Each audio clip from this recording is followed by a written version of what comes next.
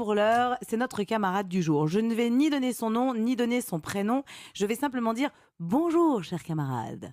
Bonjour. Bonjour. Alors, je ne peux donc ni donner votre nom, ni donner votre prénom, sinon ce serait trop simple.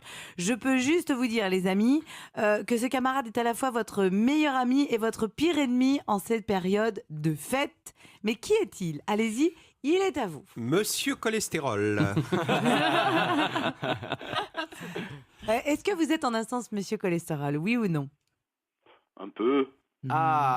Donc c'est vous qui allez un peu vous occuper de notre repas de Noël d'une manière ou d'une autre. Non, pas vraiment. Est-ce qu'on va venir acheter chez vous un produit phare de Noël, une bûche, des chocolats? Sûrement pas. Non, j'aime bien parce qu'il fait des efforts pour pas qu'on reconnaisse sa voix. Est-ce que c'est lié à la santé? Oui. Vous pouvez nous faire le début de la tirade du CID Non. Non, parce que si je le fais parler plus, il a le droit pratiquement qu'à des oui ou des non, notre camarade. Parce qu'il est très très très connu. Ah bah vous le connaissez tous. Mais oui. on le connaît particulièrement pendant la période de Noël ou on le connaît aussi pendant le reste de l'année? Le reste de l'année aussi. D'accord. Est-ce que c'est lié à ce qu'on va manger, diététique, ce genre de choses? Bien sûr. Alors je sais. Ah bah bien Alors sûr. attendez, vous l'avez. Alors Jérémy là et Jarry là. Ah bah Est-ce Guy, il a que- même son numéro de portable. Est-ce que je vous connais personnellement? Oui, bien sûr. Attendez, alors Guy là. Ah Non, Valérie je l'ai pas. Beg. Est-ce que vous m'avez déjà vu nu? J'en ai bien peur.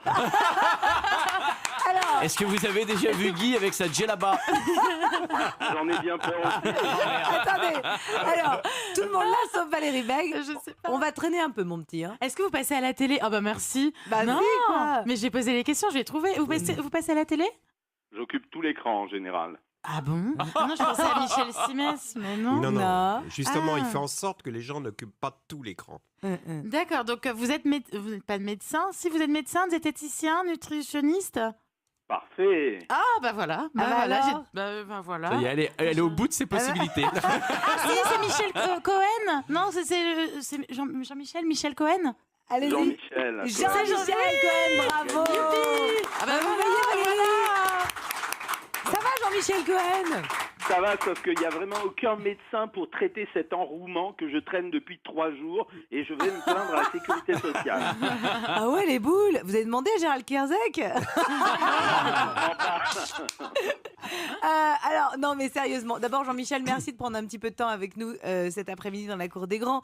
C'est vrai que les dîners à venir vont être très riches en calories. On a souvent tendance à ne pas vouloir faire attention. Est-ce qu'entre les deux réveillons, il ne faut manger que du bouillon? Non, mais vous savez, la stratégie, c'est quand même se faire plaisir. On va pas passer au travers des réveillons. Alors, c'est comme au travers d'une vitre, il va rester quelques éraflures. Mais Faut appeler le Carglass, vrai quoi. problème, c'est en général de pas sursaturer les 2 repas qui sont les repas principaux, c'est-à-dire veille de Noël et bien sûr ce qui va arriver, c'est-à-dire veille du jour de l'an, où là, les gens se lâchent comme s'ils n'avaient jamais mangé pendant toute l'année. C'est un soir où les urgences travaillent énormément, pas pour des petites choses, mais pour des grosses choses, parce que les gens envoient une telle vague de graisse et de sucre et d'alcool que ils sont au travail, les médecins.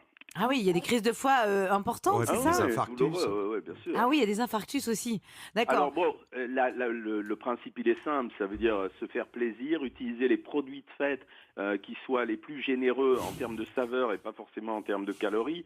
Par exemple les huîtres ou les crustacés, les dindes, quelles qu'elles soient d'ailleurs. Ah ça, on Et, peut y aller sans problème. Ouais, on peut y aller sans problème. Et après, derrière, essayer de choisir des desserts relativement moins riches que les desserts traditionnels parce que le repas est déjà fourni. Je donne 2 exemples. Le vacherin glacé est un produit relativement maigre. L'omelette norvégienne, c'est la même chose. Et les profiteroles au chocolat, contrairement à leur réputation, sont plutôt des bons desserts. Jean-Michel, c'est la période justement où on mange aussi beaucoup de chocolat, un peu tous les jours ou beaucoup d'un coup? Comment faut faire avec le chocolat? En principe, c'est un peu tous les jours. Et un peu tous les jours, ça signifie entre 20 et 30 grammes par jour. Ça fait 20 quoi, à 30 ça? grammes par jour, c'est 2 à 3 chocolats par jour. C'est pas spécialement la fête du chocolat, elle va arriver, hein, c'est essentiellement au moment de Pâques. Là, Oui. la fête du chocolat, c'est la fête des invités qui trouvent astucieux d'amener ce jour-là du chocolat. Alors il y a des qu'on attend une papillotes. bouteille de champagne pour pas être en manque, ou bien des fleurs pour égayer la table. Est-ce que le problème c'est pas l'alcool? Si, bien sûr, il y a un débordement sur l'alcool. Et alors, le problème de l'alcool, il y a 2 problèmes à l'alcool. C'est la désinhibition, c'est-à-dire, vous commencez le premier verre d'alcool, vous partez avec une résolution relativement convenable. Je dis pas de faire un régime, mais je dis de faire un peu attention. Vous buvez le premier verre d'alcool, en général, il va entraîner les autres. Et derrière, finalement, vous êtes en désinhibition, c'est-à-dire que vous laisserez passer tout le repas. Le lendemain, les gens racontent toujours qu'ils vont se mettre à la diète.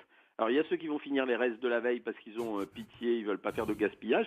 Et puis, il y a ceux qui vont simplement se faire plaisir parce que ça va les attirer de le remanger une nouvelle fois, le produit. On a parlé beaucoup, on n'a pas parlé trop du foie gras. Je veux dire que le foie de gras, c'est simplement une quantité à respecter. Ouais. Et les quantités qu'on trouve en général chez les traiteurs, elles sont bonnes, c'est entre 40 et 50 grammes. Le foie gras, c'est 500 calories au 100 grammes, mais c'est la moitié d'acides gras de très très bonne qualité. Donc finalement, c'est pas le pire des produits au moment des fêtes. Le pire des produits, ça va être sur les fins de repas. Le fromage qui n'est pas forcément nécessaire après une explosion de goût et les desserts qui s'enchaînent les uns après les autres avec les petites choses qu'on picore au fur et à mesure. Et c'est ça qu'il faut éviter. Ah bah voilà, au moins vous aurez pour le coup une vision très nette du menu que vous pourrez vous faire ou pas. Oui Valérie, pour finir. Est-ce que vous avez une petite astuce pour nous si jamais on craque et on mange un peu trop? Qu'est-ce que vous me conseillez de faire après les fêtes? Il faudrait passer une semaine de bouillon Qu'est-ce qu'il faudrait faire? Il y a un produit qu'on a oublié. Et là, vraiment, c'est un conseil intéressant. Vous savez qu'à l'heure actuelle, les 2 produits phares qui vont apparaître l'année prochaine, ça sera probablement les fibres et les probiotiques. C'est les trucs dont tout le monde va parler l'année prochaine. Quand on prépare des potages, la plupart du temps, on les met dans de l'eau. Alors, on pleure tout le temps parce que l'eau contient les minéraux et les vitamines, etc. Mais en fait, c'est pas l'essentiel. Au lieu de faire un potage, faites des veloutés. Ça veut dire que vous laissez très peu d'eau quand vous mixez vos légumes. Vous allez en faire une purée extrêmement épaisse. Elle sera très rassasiante. Elle va charger l'intestin en probiotiques. En plus, elle contiendra encore des vitamines et des minéraux. Et ça va vous permettre de passer la journée du lendemain. C'est-à-dire que le matin, vous pouvez prendre un petit déjeuner maigre. À midi, vous prenez un velouté, vous prenez un yaourt, un fromage blanc ou une compote si ça vous fait plaisir. Et vous refaites la même chose le soir. Vous n'aurez pas faim. Vous allez régler les problèmes intestinaux et en même temps, vous avez peut-être fait du bien à d'autres systèmes de votre corps, c'est-à-dire le fait de savoir que vous vous êtes fait plaisir sans culpabiliser. Bah voilà. Vive la purée. Bah oui, vive le velouté. Des légumes, monsieur, Des légumes. Vous feriez bien d'y faire un petit tour. Bon, merci beaucoup Jean-Michel Cohen. Et évidemment, on vous souhaite aussi de très très belles fêtes. C'était le petit point diète évidemment avant le réveillon de Noël et avant le jour de l'an évidemment. Je savais pas que c'est votre diète.